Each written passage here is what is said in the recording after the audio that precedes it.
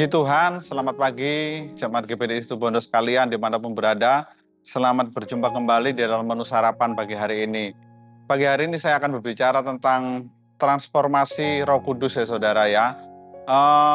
Sekarang banyak gereja masa kini, khususnya gereja aliran karismatik itu seringkali dalam beribadah mereka menggunakan atau menekankan tentang kuasa dari Roh Kudus. Tetapi kalau saya mengamati secara pribadi ya saudara ya, gereja masa kini hari-hari ini yang khususnya aliran karismatik yang menekankan tentang Roh Kudus, di saat mereka beribadah, di saat mereka ada di gedung gereja memuji, memuliakan nama Tuhan, saya melihatnya begitu luar biasa mereka bersemangat.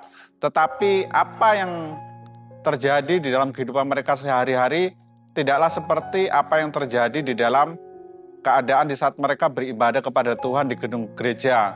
Seringkali kondisi itu bertukar balik saudara ya. Di saat mereka ada di rumah, di dunia nyata, kehidupan mereka tidak mengalami apa yang menjadi perubahan dari akan peran kuasa Roh Kudus. Pagi hari ini saya akan menekankan tentang transformasi tentang Roh Kudus. Seharusnya kita orang Kristen, orang yang percaya kepada Tuhan Yesus, yang mengandalkan Roh Kudus, menjamah memenuhi hidup kita harus mengalami transformasi atau perubahan di dalam kita menjalani hidup kita di dunia ini.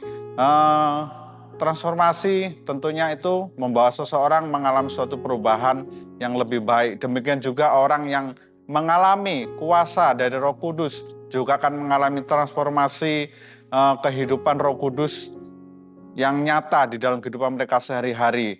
Sehingga di saat mereka ada di gedung gereja, di saat mereka beribadah mendengarkan firman Tuhan, apa yang mereka lakukan di gedung gereja itu pun akan sama di saat mereka ada di luar gedung gereja, saudara, dalam kehidupan mereka sehari-hari. Hidup mereka boleh menjadi berkat, hidup yang lama ditinggalkan, hidup kebiasaan yang tidak baik itu ditinggalkan, dan juga cara-cara yang tidak berkenan kepada Tuhan itu mereka tinggalkan. Semua mereka mengalami transformasi yang lebih baik.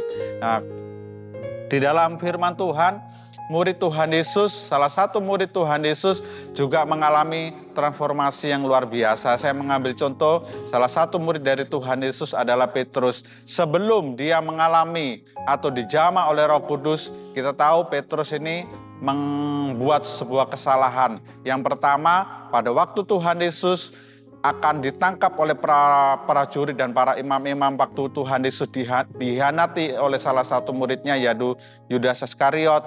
Dan bagaimana para prajurit pada waktu mau menangkap Tuhan Yesus, di situ Petrus tidak dapat menguasai dirinya. Dia mengunus sebuah pedang dan memotong salah satu telinga dari prajurit. Nah itu saudara ya, paling pertama Petrus tidak dapat mengontrol emosinya, tidak dapat menguasai dirinya.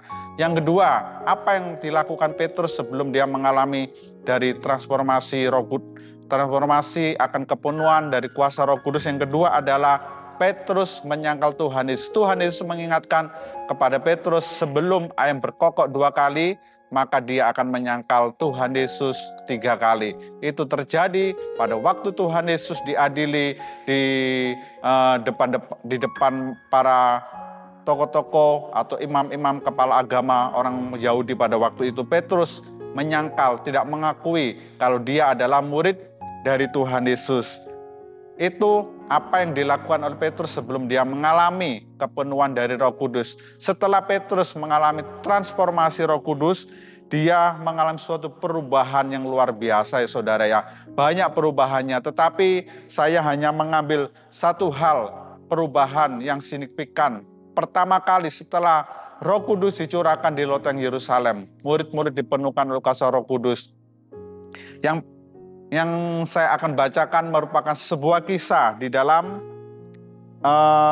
Kisah Para Rasul 4 ayat 6 hingga sampai selesai, bagaimana Petrus dan Yohanes di situ dipanggil oleh mahkamah agama untuk diadili, dipersidangkan karena perbuatannya menyampaikan kebenaran firman Tuhan, menyampaikan firman Tuhan sehingga banyak orang Kristen percaya dan bertobat, percaya kepada Tuhan Yesus, sehingga orang-orang Farisi, orang-orang Yahudi memanggil Petrus dan Yohanes untuk diadili. Sikapnya berubah, tidak seperti pada waktu Tuhan Yesus akan disalibkan. Di sini Petrus mengalami perubahan yang sangat luar biasa. Yaitu saya bacakan di dalam Kisah Para Rasul 4 ayat yang ke-13, 17, dan 19. Saya bacakan. Ketika sidang itu melihat keberanian Petrus dan Yohanes dan mengetahui bahwa keduanya orang biasa yang tidak terpelajar. Saya garis bawahi bahwa keduanya itu adalah orang biasa yang tidak terpelajar. Petrus adalah seorang nelayan, bukan orang yang berpendidikan seperti Rasul Paulus dari ahli-ahli Taurat. Dia yang orang terpelajar. Tetapi Petrus adalah dari nelayan, pekerja, buruh keras, buruh harian, dan sebagainya, nelayan.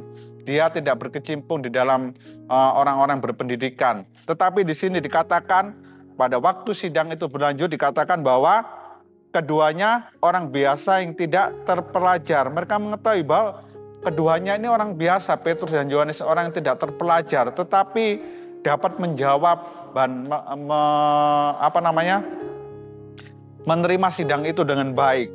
Dan dikatakan heranlah mereka dan mereka mengenal keduanya sebagai pengikut Yesus. Terus ayat yang ke-19, tetapi Petrus dan Yohanes menjawab mereka, silakan kamu putuskan sendiri manakah yang benar di hadapan Allah, taat kepada kamu atau taat kepada Allah. Sungguh luar biasa ya saudara ya. Petrus sudah memiliki hikmat yang luar biasa dari Tuhan Yesus. Dia mengalami transformasi yang luar biasa. Dia dapat menjawab, dia dapat menguasai dirinya dan melawan rasa takutnya.